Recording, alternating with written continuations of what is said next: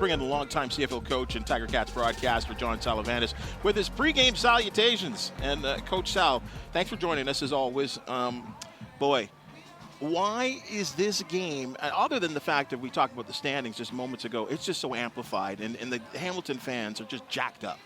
Well, Bubba, thank you for having me here. And to give it a little context to what Labor Day means in Hamilton.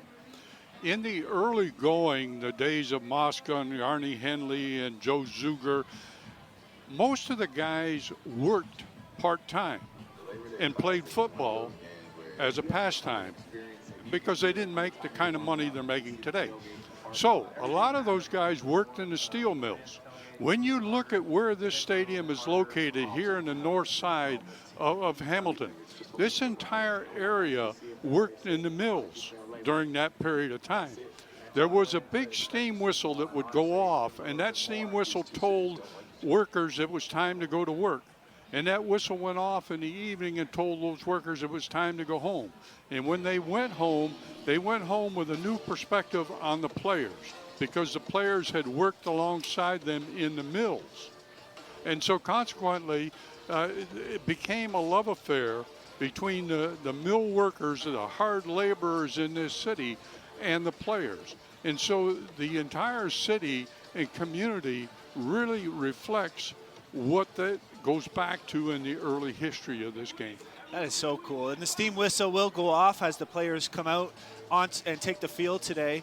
What are some things you're going to be looking, or people should be watching for if they're here at the game, or listening for if they're listening to us on the Ticats audio network? Well, here's what I would suggest the fans look at, and these are things that they can watch themselves and understand what's happening in the ball game.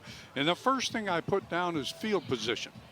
Okay, where the team start from, and when a team is stopped, can they flip the field?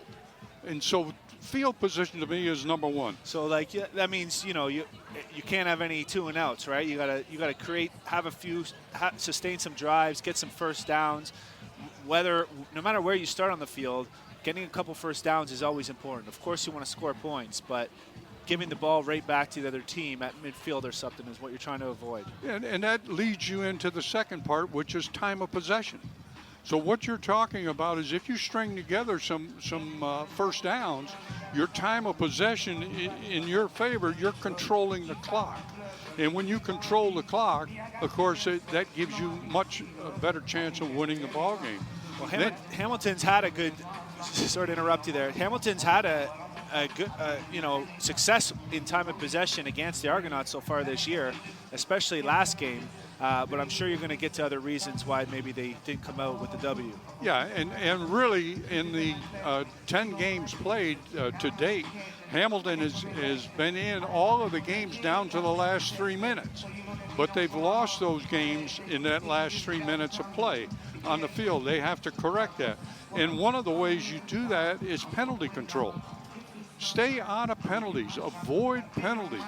Whatever you do, you get a big run back and you get a penalty, you got 0. So, to me, that's another thing fans can watch for. How many penalties on each team? Turnovers. You talk about it, Andy, all the time. It's so critical, the difference between the takeaways and the giveaways. And when you go back to the game that was played last night in Saskatchewan, in Regina, where you're very familiar with, Saskatchewan's got a chance to win the game. They throw an interception within that 3-minute time frame, and they end up losing the game. To me, also, you can look at the red zone. Watch the red zone. See how many TDs. That's inside the 20-yard line. See how many TDs your team makes in there and how many times they have to go field goal or how many times they don't come away with points. Well, red zone efficiency right now, Toronto's last in the league at 38% touchdown efficiency, and Hamilton is second last in the league, just ahead of them at 39%. So it will be an important stat to watch. I agree. Well, Coach, does it get a little bit more amplified, but the fact that Dane Evans is not the starting quarterback today and that Jamie Newman is? I mean, how simple? I mean, we saw this last year with David Watford coming in, having to play 2 games and win 2 games at that. How much different will the playbook be today than what we've seen as the norm? Well, first of all, there are no secrets left between these two teams. They've seen each other long enough they understand what's going on in the ball game. I think it comes down to who wants it the most. Right. And Andy and I were talking earlier before we went on air about what we would do with Jamie Newman. You know, to me, I would set him deep on the first couple of series. Throw the ball deep. Let Toronto know he has an arm. You cannot win the ball game simply by running your quarterback. So go ahead and throw the ball deep. Make sure you throw the ball deep enough, and even if it's an overthrow, that you back off the Toronto defense.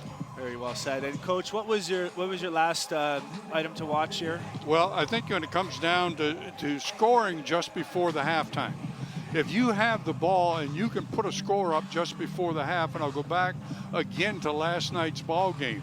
It's a 17-14 ball game. Winnipeg comes up against Saskatchewan just prior to the half and gets a three-pointer that ties the ball game 17-17. In the third quarter, there's zero scoring. In the fourth quarter, Saskatchewan gets one, but Toronto's able to get three. Consequently, they win the football game. So I think you talked about it a couple of weeks ago. Score just before the half. Yeah, Winnipeg is able to squeak out that game. Well, so far this season, Hamilton has been actually plus 38 in points in the first half, but minus 97 Oh my goodness. in the second half. So scoring, but I agree, the scoring before half kind of gives you that momentum going in the locker room, so you can make some adjustments in a positive fashion. But coming out of half has got to be just as important. And you know, of course, the last 3 minutes, you already talked about it. 9 of the 11 games have come down to the last 3 minutes, and Hamilton's 3-6 in those games, with those 3 wins coming here at home. Yeah, and it goes back to this. This is a big game. It's a game in which both teams want to be successful. And in a big game, your big players, your star players have to be good. That means White and Dunbar on that offensive side have to have big plays in this ballgame. Will you try to emphasize Don Jackson a little bit more today? You know, Toronto is very good against the run, but then it comes back.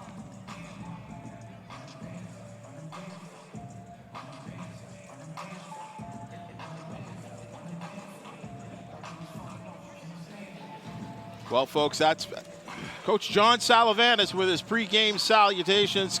Coach Sal, thank you so much for joining us and adding your insight. As always so much appreciated. You know, one last thought, Bubba, you know. Give it to me. In making steel, the last thing they add is some carbon to that steel to strengthen it.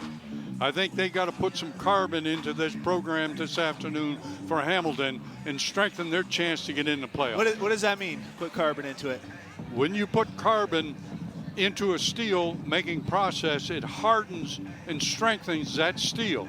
That's what built Toronto, the steel that came from Hamilton. I love it. All right, so how does Hamilton put carbon into the Ticats? Play a full 60-minute ball game and let Jamie Newman show his arm strength.